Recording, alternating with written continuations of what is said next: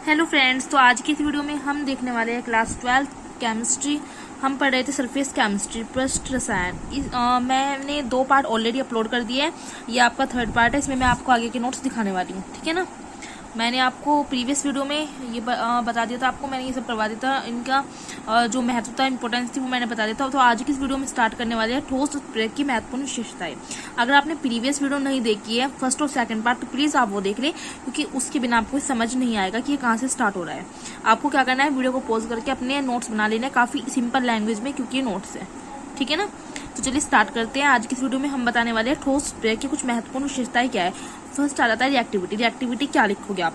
अभिकारक अणु जो रिएक्टेंट मॉलिक्यूल होते हैं, तो वो जो आपका उत्प्रेरक है, ठीक है, कैटालाइसिस है, जो आपका उसकी क्या करते हैं, उसकी सरफेस पर जितनी ज्यादा स्ट्रॉन्ग से केमिकल बॉन्ड बनाते हैं या रासायनिक अधिशोषण दिखाते हैं, तो जो आपका उत्प्रेरक है उसकी रिएक्टिविटी उतनी ही ज्यादा होगी।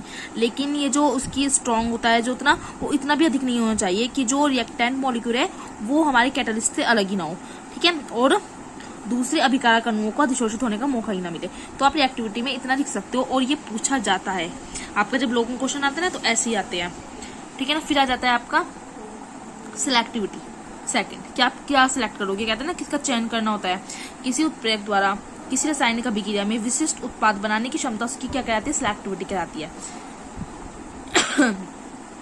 ये कैटलिस्ट आपने यूज किया है किसी भी केमिकल रिएक्शन में, तो जो प्रोडक्ट बन रहा है, तो इसकी क्या है, सिलेक्टिविटी की हमने कौन सा कैटलिस्ट यूज किया है जिसकी वजह से प्रोडक्ट बना है। जैसे इसमें आपका देखिए CHO फॉर्मल्डिहाइड बना है, इसमें आपका मिथाइल अल्कोहल बना है, इसमें वाटर प्लस क्या बनी है, आपका CH4 मेथिल बना है। इससे क्या स्पष्ट होता है कि उत्प्रेरक की प्रकृति क्या होती है, स्पेसिफिक होती है। ओके, तो आपको वीडियो को पॉज करके आपको पता है ना, नोट्स बना लेने आपको अपने। फिर आ जाता है आपका जियोलाइट। जियोलाइट का आकार, वर्णात्मक उत्प्रेरण। जियोलाइट विशेष प्रकार के उत्प्रेरक होते हैं। क्वेश्चन पूछ लिया जाता है जियोलाइट क्या होते हैं, तो जियोलाइट क्या होते हैं, ये एक उत्प्रेरक होते हैं। इनका सूत्र अगर मैं बात करूं तो क्या होता है, Al single bond O single bond Si, ये सूत्र वाले एल्यूमिनो सिलिकेट होते हैं। इनकी स्ट्रक्चर कैसी होती है, मधुमक्खी के छत्ते के जैसी होती है। मतलब इनमें बहुत सारे क्या होते हैं, होल होते हैं, जिनके आकृति आकार अलग अलग प्रकार के होते हैं। ये केवल उन रासायनिक अभिक्रिया को प्रेरित करने के लिए चुने जाते हैं जिनके अभिकारक अणुओं का आकार इतना हो कि वे इनके होल से आराम से अब्जॉर्ब हो सके। जियोलाइट जो कैटलिस्ट होते हैं, उसके इस गुण को ही हम क्या कहते हैं, वर्णात्मक उत्प्रेरण।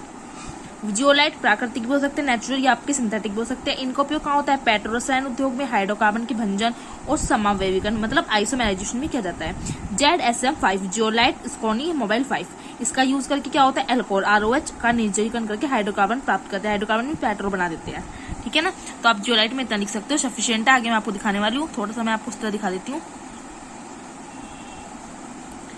आप वीडियो को पॉज करके आराम से नोट्स बना सकते हो। मैं इसकी PDF भी टेलीग्राम चैनल पर दे दूंगी, आप टेलीग्राम चैनल ज्वाइन कर सकते हो, जो कीर्ति गोयल के नेम से है। चलिए आगे देखते हैं। आगे जाता है आपका नेक्स्ट टॉपिक, जो है आपका एंजाइम उत्प्रेरण। आपको पता है एग्जाम में पूछा जाता है एंजाइम उत्प्रेरण, आपको पता भी होना चाहिए। एंजाइम्स होते क्या है, एंजाइम्स जो है जटिल नाइट्रोजन युक्त कार्बनिक यौगिक होते हैं, जो सजीवों द्वारा क्या होते हैं, उत्पन्न होते हैं। ये उच्च अनुभार वाले प्रोटीन होते हैं, जो जल में घुलकर कोलाइडी विलयन बना लेते हैं, जो ये सजीवों में होने वाली अनेक जैविक क्रियाओं के लिए उत्प्रेरक का काम करते हैं। मतलब इसलिए इनको हम जैव रासायनिक उत्प्रेरण भी कहते हैं। और यह घटना हमारी क्या कहलाती है, जैव रासायनिक उत्प्रेरण या एंजाइम उत्प्रेरण कहलाती है। तो आपके एंजाइम उत्प्रेरण के बारे में तो लिख सकते हो, एक नोट भी लिखा है। एंजाइम प्रोटीन होते हैं, परंतु उनमें एक एप्रोटीन पदार्थ भी उपस्थित होता है जो उनकी रिएक्टिविटी को बढ़ा देता है। इसे हम क्या कहते हैं, कोएंजाइम। ये आपका जो आप देख रहे हो ना इस रिएक्शन में, जो इन्वर्टेज, डाइमेज, माल्टेज, ये सब क्या है, ये आपके एंजाइम के नाम लिखे हैं। अब कोई आपसे पूछे कि एक दो एंजाइम के नाम बताओ, तो आप बता सकते हो invertase, damage and maltase. In enzyme के हेल्प से ये शुगर ग्लूकोज में चेंज हो गई, ग्लूकोज अल्कोहल में चेंज हो गया, माल्टोज आपको ग्लूकोज में चेंज हो गया, ठीक है ना। अब आ जाता है एंजाइम उत्प्रेरण के अभिलक्षण, इसके फीचर्स क्या है। फर्स्ट आता है आपका सर्वोत्तम दक्षता। एंजाइम का एक अणु अभिकारकों के 10 लाख अणुओं को हर 1 मिनट में प्रोडक्ट में चेंज कर देता है। जैविक अभिक्रिया की दर 10⁻20 गुनी कर देता है। जैसे पाचक एंजाइम के बिना एक बार भोजन के पचने में 50 साल का समय लगेगा। आप देख रहे हो, अगर एंजाइम ना हो, पाचक एंजाइम ना हो, तो अगर हम आप जो एक टाइम का खाना खाते हो ना, वो सिर्फ 50 साल का टाइम लेगा सिर्फ उसे पचने में। तो जो एंजाइम होता है जो हमारे भोजन को पचा देता है, ठीक है ना। सेकंड इसकी नेचर आती है, जो विशिष्ट प्रकृति स्पेसिफिक नेचर आती है। फिर आ जाता है आपका उच्चतम ताप या अनुकूलतम ताप। अनुकूलतम ताप किसको कहते हैं, 298 से 310 केल्विन पर इनकी जो क्रियाशीलता रिएक्टिविटी है वो क्या होती है, ज्यादा होती है, इसी को हम क्या कहते हैं, उच्चतम ताप। फिर आ जाता है आपका स्तंभ पीएच या अनुकूलतम पीएच हो जाएगा। सक्रियता एम से एंजाइम की उपस्थिति। तो आपको ये हेडिंग लिखकर क्या कर लेने हैं, नोट कर लेना है अपनी कॉपी में। मैं एक बार आपको यहाँ से दिखा देती हूँ, ठीक है ना, आपको थोड़ा आइडिया लग जाएगा कि आपको नोट्स किस तरह बनाने हैं।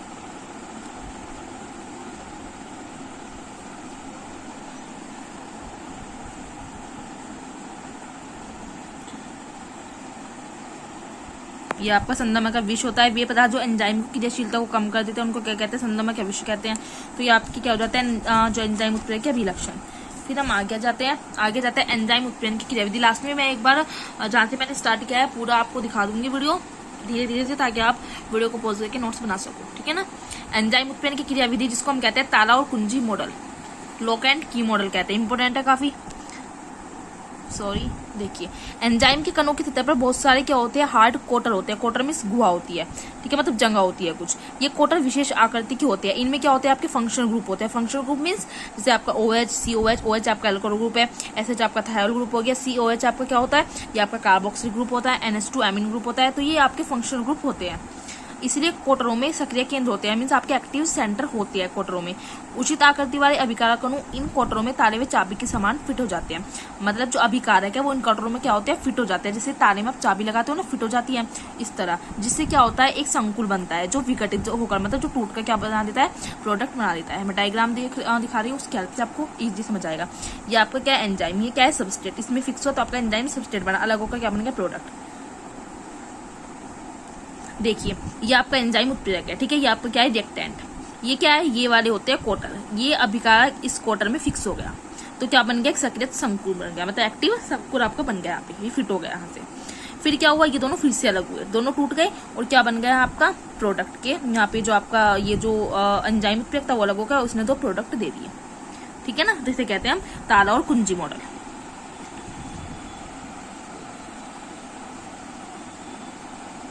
आगे जाता है आपका थॉम्स ग्राम द्वारा पदार्थों का वर्गीकरण। जो थॉम्स ग्राम वैज्ञानिक थे उन्होंने पदार्थ को दो भागों में बांटा, एक तो क्रिस्टलाप और कोलाइड। क्रिस्टलाप क्या होते हैं, वे पदार्थ जिनका जलीय विलयन चर्मपत्र मतलब पार्चमेंट पेपर होता है, ठीक है ना, उसमें से आर पार आराम से निकल जाता है, उसको कहते हैं क्रिस्टलाप। जैसे नमक और चीनी, यूरिया, ये सब आराम से निकल जाते हैं। कोलाइड क्या होते हैं, वे पदार्थ जिनका जलीय विलयन चर्मपत्र मतलब जो पार्चमेंट पेपर है उनके आर पार बहुत धीरे धीरे निकलता है, वो हमारे कहलाते हैं कोलाइड। जैसे आपका जिलेटिन, एल्बुमिन, प्रोटीन, स्टार्च, गोंद। ये चर्मपत्र मतलब पार्चमेंट झिल्ली में से आराम से नहीं निकलते क्योंकि काफी गाढ़े होते हैं, ये आराम से निकल जाते हैं। नमक का पानी, चीनी का पानी आराम से निकल जाता है, ठीक है ना। तो जो पार्चमेंट झिल्ली पार्चमेंट पेपर में से आराम से निकल जाए वो आपका क्रिस्टल, और जो आर पार बहुत धीरे धीरे से निकले उसको कहते हैं क्रिस्टल कोलाइड। आगे जाते हैं, आगे आ जाता है ग्रीक भाषा में कि मैं कोलाइड को कहूँ, कोलाइड को कहते हैं कोला इडोस। कोला का मतलब होता है गोंद, इडोस का मतलब समान, मतलब गोंद के समान जो होते हैं उनको क्या कहते हैं, कोलाइड। जो पार्चमेंट पेपर में भी धीरे धीरे निकलते हैं, जैसे आपका हो जाता है, मैंने बताया गोंद, स्टार्च, नाम इसका गोंद समान है। अब आ जाता है कोलाइड की आधुनिक अवधारणा। जब किसी पदार्थ को द्रव में घोला जाता है तो क्या होता है, तीन स्थितियां बनती है। फर्स्ट आ जाता है कि जो हमने किसी पदार्थ को द्रव में घोला तो जो उसके अणु है उसके, ठीक है ना, तो उनका आकार 1 नैनोमीटर से क्या होगा, कम होगा। एक कंडीशन ऐसी आती है कि 1 नैनोमीटर से 1000 नैनोमीटर के बीच होता है। एक कंडीशन ऐसी आती है कि 1000 नैनोमीटर से आकार बहुत ज्यादा होगा। तो जब आकार बहुत छोटा होता है उसको कहते हैं वास्तविक विलयन। जब क्या होगा, 1 नैनोमीटर से 1000 नैनोमीटर के बीच होगा उसको कहते हैं कोलाइड विलयन। आकार जब ज्यादा हो जाता है 1000 नैनोमीटर से भी उसको कहते हैं निलंबन। तो आपको नाम याद रखने हैं, वास्तविक विलयन, कोलाइड विलयन और निलंबन। वास्तविक विलयन ट्रू सॉल्यूशन क्या होता है, डेफिनेशन भी लिखी है।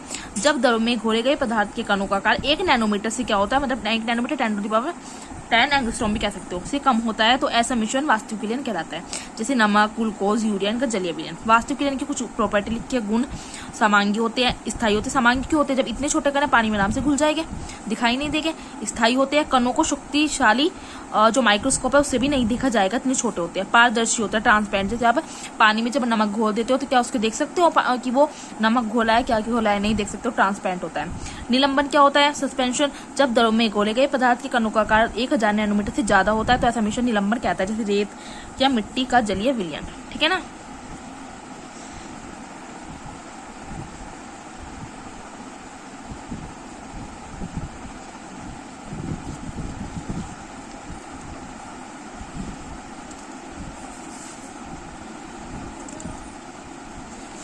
चलिए आगे देखते हैं। आगे आ जाते हैं फिर वही निलंबन के गुण क्या होते हैं, विषमांगी होते हैं, क्योंकि बहुत मोटे कण है, आराम से आप देख सकते हो। पदार्थ के कण क्या होते हैं, घुलनशील नहीं होते, कणों को नग्न आंखों से भी देखा जा सकता है, माइक्रोस्कोप की जरूरत नहीं पड़ती, स्थायी नहीं होते, अर्थात कण निलंबित हो जाते हैं, पारदर्शी होते हैं, मतलब धूसर होते हैं। ठीक है ना। कोलाइडी विलन की बात करते हैं, जब द्रव में घोले गए पदार्थ के कणों का आकार 1 नैनोमीटर से 1000 नैनोमीटर के बीच हो तो ऐसे क्या कहता है, कोलाइडी विलन। For example bronze, gelatin, starch, मैंने आपको पहले ही बताया है ये। अब आ जाते हैं कोलाइडी विलन के गुण। कोलाइडी विलन पूछा जाता है एग्जाम में, मैं आपको बता दूं काफी इंपॉर्टेंट है। इस चैप्टर में यहीं से ज्यादा इंपॉर्टेंट शुरू होता है कोलाइडी विलन और जो उसकी प्रॉपर्टीज वगैरह आएगी। ठीक है ना। कोलाइडी विलन के कुछ गुण भी, ये विषमांगी होते हैं, इनमें 2 प्रवस्थाएं होती है। फर्स्ट होती है परिक्षेपण प्रवस्था, सेकंड आपको परिक्षेपण माध्यम, आगे डेफिनेशन आएगी इनकी। इनके कणों को जो है माइक्रोस्कोप से देखा जा सकता है। इनके चर्मपत्र मतलब जो 5 मिनट पेपर है उससे विसरण की दर कम होती है। कोलाइडी कण आवेशित हो सकते हैं, फिल्टर पेपर के आर पार सरलता से निकल सकते हैं। कोलाइडी कणों का जो पृष्ठीय क्षेत्रफल है अधिक होने के कारण इनमें अधिशोषण क्षमता अधिक होती है। कोलाइडी विलन के प्रवस्थाओं के बारे में हम बात करेंगे। फर्स्ट मैंने कहा है परिक्षिप्त प्रवस्था, तो जो पदार्थ कम मात्रा में होता है उसे कहते हैं परिक्षिप्त प्रवस्था, और जो पदार्थ कोलाइडी विलन जो बनता है उसमें अधिक मात्रा में होता है उसको कहते हैं परिक्षेपण माध्यम। ठीक है ना। फॉर एग्जाम्पल देखिए समझाती हूँ, जैसे आपने जल में क्या घोल दिया, गोंद। गोंद कम मात्रा में होगी, जो कम मात्रा में है वो क्या है आपका परिक्षिप्त अवस्था, तो मतलब गोंद क्या है, परिक्षिप्त प्रवस्था है। जल ज्यादा मात्रा में वो आपका परिक्षेपण माध्यम है। ठीक है ना। मैं एक बार आपको यहाँ से दिखा देती हूँ, वीडियो को पॉज करके आराम से अपने नोट्स आप बना सकते हो।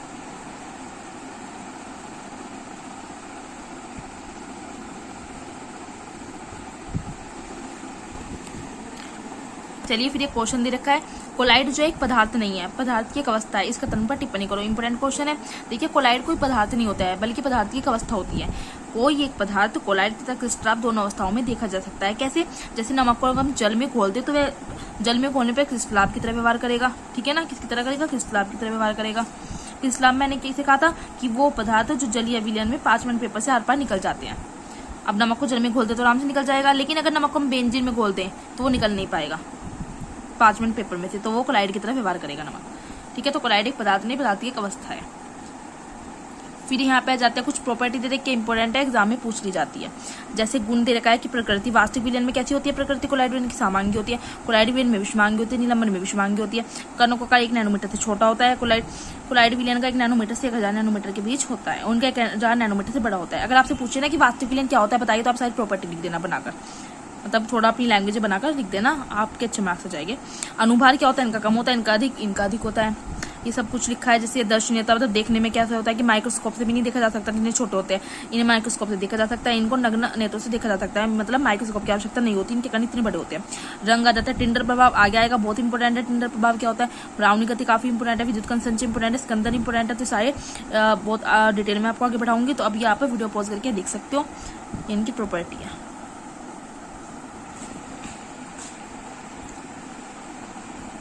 तो नेक्स्ट वीडियो में हम आगे का देखेंगे। आज की वीडियो में बस इतना ही। तो जहाँ से मैंने स्टार्ट किया है मैं वहाँ से आपको वीडियो दिखा देती हूँ, आपको पॉज करके अपने नोट्स प्रिपेयर कर लेना। आज हमने यहाँ से स्टार्ट किया था। वीडियो अच्छी लगी है लाइक करें, शेयर करें, कमेंट्स करके मुझे बताइए। मैं चैप्टर आपको 3-4 वीडियो में कंप्लीट करा दूंगी। ज़्यादा अगर लेंथी वीडियो बनाती हूँ तो फिर कोई देख भी नहीं पाएगा ढंग से। ठीक है ना। नोट्स भी नहीं बना पाएगा अच्छी तरह से, और वीडियो में बन के एडिट वगैरह करने में भी थोड़ी प्रॉब्लम आती है, तो इसलिए मैं छोटी छोटी वीडियो ही बनाती हूँ।